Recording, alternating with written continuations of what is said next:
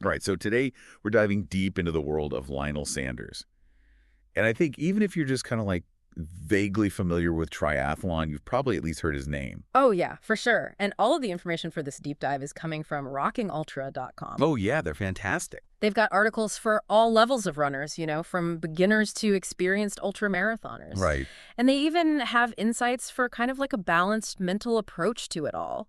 It's not just about pounding the pavement. Exactly. And we're just AI voices here summarizing the articles from their blog for you. So yeah, think of it like a shortcut to expertise in a way. Exactly. Okay, so Lionel Sanders, what's really interesting here is like the contrast in his life. Because you're not just talking about an athlete. Yeah. We're talking about somebody who like grappled with addiction. Right. Really like came from a dark place. You know what I mean? Yeah. And so in 2009, he ran a 5K. It seems like such a simple act, Right. But it was like a turning point for him. Yeah. The catalyst for just like this total transformation. Yeah, it's like he discovered this well of resilience he didn't even know he had, and then he just like poured it into triathlon. Yeah, and like went all in. Yeah. Right? Didn't just like, kind of test the waters. He earned the nickname The Grinder.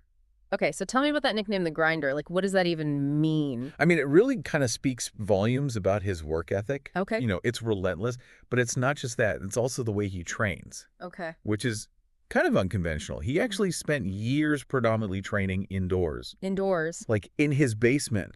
He would like simulate races. Wow. In his basement. That takes a lot of mental, mental fortitude. Yeah, for sure. Absolutely. That's incredible. Yeah, so do you think, and this is a question for me too, do you think there were any downsides to that approach?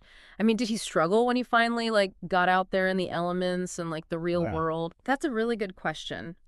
I mean, there are inherent risks to focusing so heavily on like one environment. Yeah. But Sanders actually kind of like mitigated those. Okay. His early career, he definitely had like a steep learning curve, when he started racing outdoors. Makes sense. But he seemed to really adapt. And I think the way he did it was he used that indoor training as like a foundation.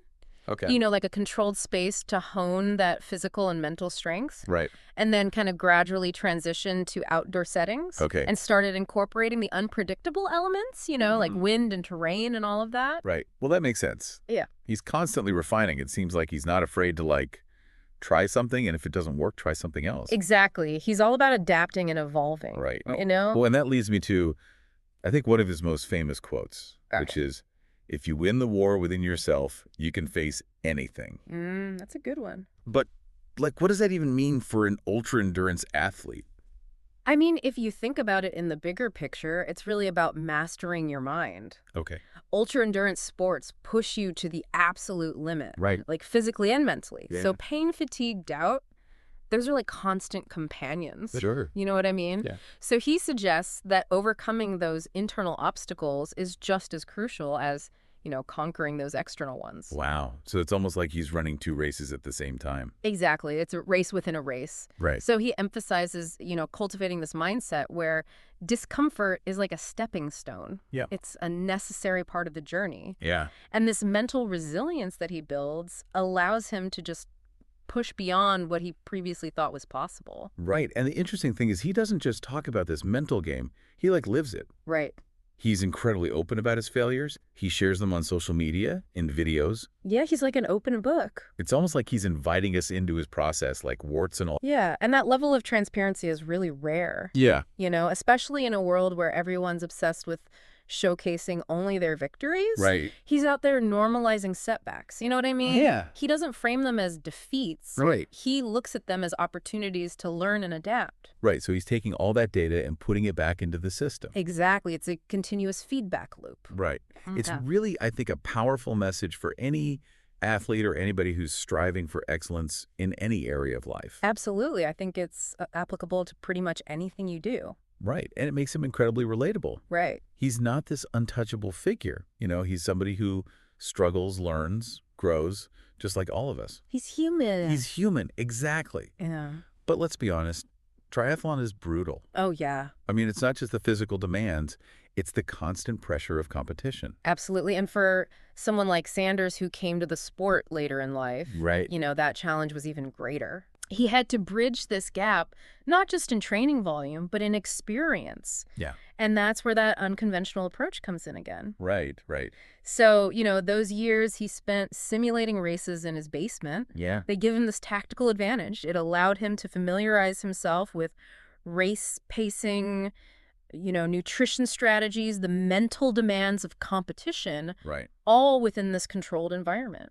So he was basically like fast-tracking his development. Exactly. He was compressing years of experience into a shorter time frame. Wow. Yeah. Talk about maximizing your time. Right. It's incredible. Yeah. And it speaks to his commitment. Yeah. He wasn't messing around. So even with all that preparation, I mean, he's faced some pretty significant obstacles. Oh, yeah, for sure. I mean, there's the ever-present battle with addiction. Right. Which undoubtedly shaped his resilience. Yeah, I mean, that's something that never really goes away. Right, it's an ongoing battle. And then there are just the sheer physical and mental demands of Ironman races. I mean, we're talking 2.4-mile swim, 112-mile bike ride, and then a full marathon. Yeah. 26.2 miles back-to-back. It's mind-boggling. It's insane. And to put that in perspective for our listener, I mean, that's like swimming the length of over 40 football fields.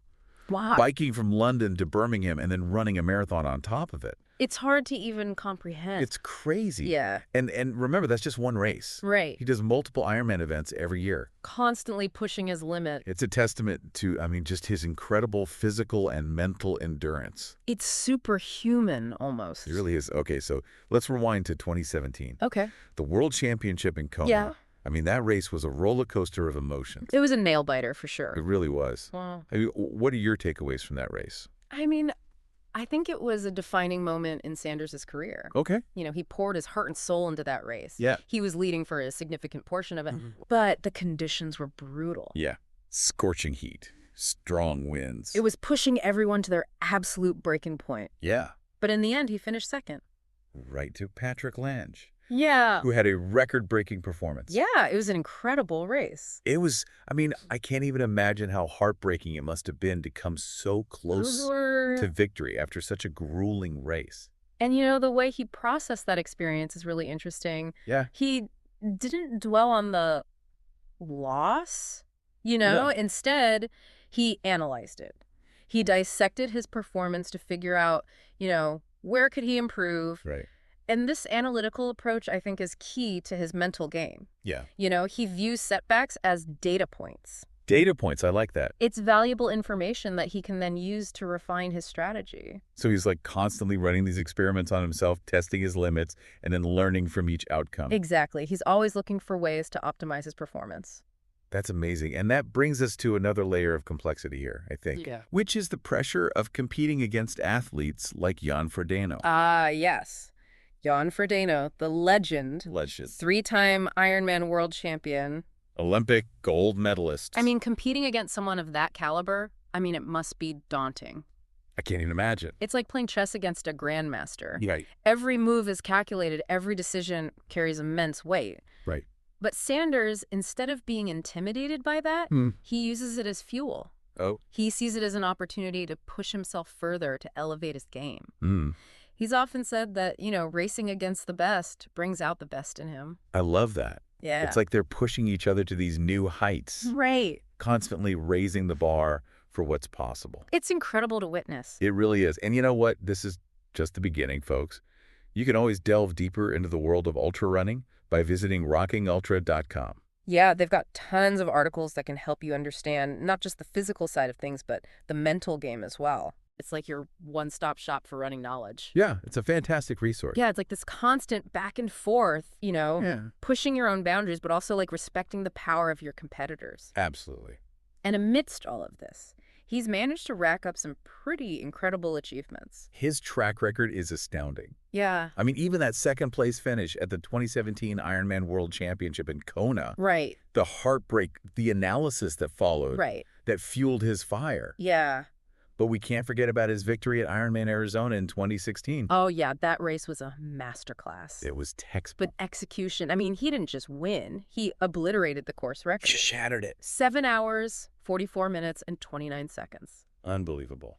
I mean, it's hard to even fathom holding that kind of pace for that long. It's superhuman. It really is. I mean, what do you attribute that to? I think it speaks to his meticulous preparation Okay. and his ability to maintain focus under immense pressure. Like every aspect of his performance was carefully calculated, from his Okay. pacing strategy to his nutrition plan. So it's like he turned himself into this well-oiled machine. Exactly. Optimized for peak performance. Wow, and that's just one of his many victories. I mean, there's also his 2021 win at Ironman 70.3 St. George. Oh, yes, the 70.3. Now, for our listener who might not be familiar with all the lingo, Yeah. that's half the distance of a full Ironman. Right. So 1.2-mile swim, 56-mile bike ride, and a 13.1-mile run, which is a half marathon. Right. But even at half distance, Yeah. it's still an incredible feat of endurance. Oh, absolutely. And this race was particularly captivating because it was a head-to-head battle with Jan Frodeno. I mean, that was a showdown for the ages. It really was. Two titans of the sport just going at it. Epic. It was a display of tactical brilliance, physical endurance, Right. mental fortitude, had the whole triathlon world on the edge of their seats. Absolutely. And Sanders emerges victorious, Yeah. proving once again that he can compete and win at the highest level. He's the real deal. But you know what I think what really stands out to me is how his story transcends the sport itself. Yeah. You know, it's a testament to the power of the human spirit to overcome adversity and achieve greatness. It's inspirational for sure. It really is. It's about so much more than just crossing finish lines. Right. It's about pushing boundaries, both physical and mental, and inspiring others to do the same. It's about proving that with resilience, dedication, and a relentless pursuit of excellence, anything is possible. Absolutely. And that's a message that resonates far beyond the world of triathlon. It's a universal message. It really is. And, speaking of inspiration, if our listeners feeling inspired right now, I encourage you to check out rockingultra.com. Yeah, they've got a wealth of information on everything from training plans to mental strategies, all tailored for runners of all levels. It's a great resource for anyone looking to just deepen their understanding of this world. For sure. Okay, so let's shift gears a bit and unpack some of the life lessons All right. that we can glean from Lionel Sanders' journey. Sounds good. Because I think there's a lot to learn here, even if you're not a triathlete. Absolutely. So what are some of those key takeaways for you? Well, one of the things that strikes me the most is it's a reminder that it's never too late to change your life. Okay. No matter how difficult your past might have been, no matter the obstacles you faced, there's always an opportunity for a fresh start. Yeah, and Sanders really embodies that. He's living proof. He took a path riddled with addiction Right. and turned it into a journey of self-discovery and athletic achievement. It's incredible. I mean, his story is a testament to the fact that we all possess the capacity for change and growth, Absolutely. regardless of our past. It's never too late. It's never too late. Exactly. And another key takeaway, I think, is his embrace of challenges and discomfort Right. as opportunities for growth. He doesn't shy away from it. He leans into It it. leans right in. He knows it's part of the process. Absolutely. And that's a valuable lesson for all of us, I think. It is. I mean, we all face challenges in our lives, whether they're physical, mental, emotional. Right. And instead of viewing those challenges as roadblocks, All right. we can reframe them as opportunities for growth, for self-discovery, for building resilience. It's about shifting our perspective from why is this happening to me to what can I learn from this? Exactly. And that shift in mindset, I think, can be so empowering It is. because it allows us to take control of our experiences and navigate those challenges with a sense of purpose and determination. Right. It's about moving from a mindset of helplessness to a mindset of agency, Yes. recognizing that we have the power to shape our own experiences. And, this is particularly relevant, I think, in the context of ultra-endurance sports, where external factors plays such a huge role. Oh, yeah, for sure. I mean, things like weather conditions, mechanical issues, even competitor behavior. You can't control any of that. You can't control any of it, and Sanders understands that. Yeah. Dwelling on those uncontrollable variables is just counterproductive. Right. It's a waste of energy. So he chooses to focus on what he can influence: his training, his nutrition, his pacing strategy, Right. And most importantly, his mindset. his mindset. And it's such a powerful reminder that we often have more control over our circumstances than we realize. We do. And that realization can be so liberating. It is. It allows us to focus our energy on what truly matters. Right. And make progress towards our goals, even in the face of adversity. Exactly. And speaking of progress, another key takeaway from Sanders' journey is his emphasis on consistent, dedicated effort. The daily grind. The daily grind. I mean, he didn't achieve this level of success overnight. No. This was built on years of relentless training, pushing himself to the limit day after day. It's a testament to the power of small, consistent actions compounded over time. Yeah, he understands that greatness isn't achieved through those sporadic bursts of effort. Right. It's about the daily grind, the unwavering commitment to showing up and doing the work, even when motivation wanes. Yeah, you got to embrace the process. Embrace the process. Trust the journey. Trust the journey. And recognize that those seemingly insignificant daily efforts, right. they accumulate over time to create these extraordinary results. The compound effect. The compound effect, exactly. And then there's his transparency. Oh, yeah. I mean, his willingness to be open about his struggles, his setbacks, his moments of vulnerability. It's refreshing. It's refreshing. It humanizes him. Right. It makes him relatable and inspiring. It reminds us that even the most accomplished individuals face challenges. Right. Experience setbacks. They have moments of doubt. They're human. And it's through those experiences that we learn, grow, and become more resilient. Couldn't have said it better myself. And, you know, it's such a departure from that curated perfection we often see on social media. It's a breath of fresh air. It's a breath of fresh air. It's a reminder that it's okay to not have all the answers, to make mistakes, to struggle. To be human. To be human. And in fact, those struggles are often the catalysts for our greatest growth. Absolutely. It's about embracing the messy, imperfect nature of the human experience. Right. And recognizing that vulnerability is not a weakness, it's a strength. Couldn't agree more. It's about allowing ourselves to be seen flaws and connecting with others on a deeper, more authentic level. Absolutely. And folks, remember, all of this incredible insight is stemming from those fantastic resources over at rockingultra.com. Yeah, if you're looking to delve deeper into the world of running, whether you're a seasoned marathoner or just starting out, their website is a treasure trove of information. And if you prefer the feel of a good book in your hands, yeah, you can find their collection on Amazon too. That's right. But for now, let's bring this back to you, our listener. Yeah. So Lionel Sanders' story, man, it's just packed with lessons. Yeah, for sure. What resonates with you the most? I think it's how his physical achievements intertwine with this philosophical approach to life. Yeah. You know, it's not separate for him. Mm. He sees triathlon as like a microcosm of life's challenges. That's a great point. It's like he's using this extreme sport as a laboratory. Yeah. For exploring the limits of human potential. Absolutely. Both physically and mentally. And then he shares those lessons. Yeah. And makes them accessible to everyone, exactly. Regardless of their athletic ambitions. It's not about replicating his training exactly. It's about extracting those principles. Yeah. You know, the resilience, dedication, mental fortitude. Right. And using those as tools to navigate your own journey. So for our listeners out there, how can we apply these principles to our own lives? Well, I think it starts with a shift in perspective. Okay. You know, instead of fearing challenges, embrace them. Okay. See them as opportunities for growth. So like Sanders turning setbacks into data points. Exactly. We can analyze our own experiences, identify our weaknesses, and work on strengthening them. It's a constant process of self-improvement. It's like turning those I can't moments into how can I moments. Absolutely. But that takes a lot of self-awareness. Oh, yeah, for sure. It's about being honest with yourself about your strengths and weaknesses. Right. And then finding strategies that work for you. Right. Just like Sanders with his unconventional training. Right.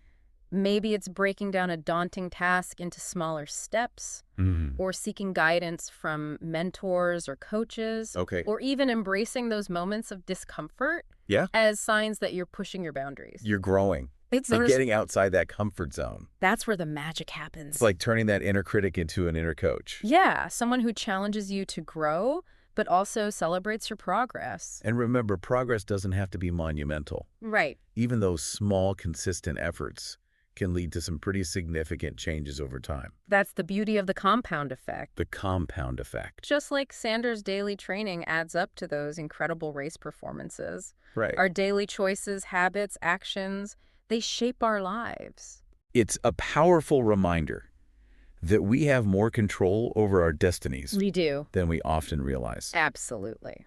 So as we wrap up this deep dive into the world of Lionel Sanders, I want to leave our listeners with a final thought. Okay. Imagine you're at the starting line of your own personal Ironman. Whatever that might be. Okay. Maybe it's a challenging project at work, Right. a personal goal you've been putting off, Yeah. or even just a commitment to taking better care of yourself. Right.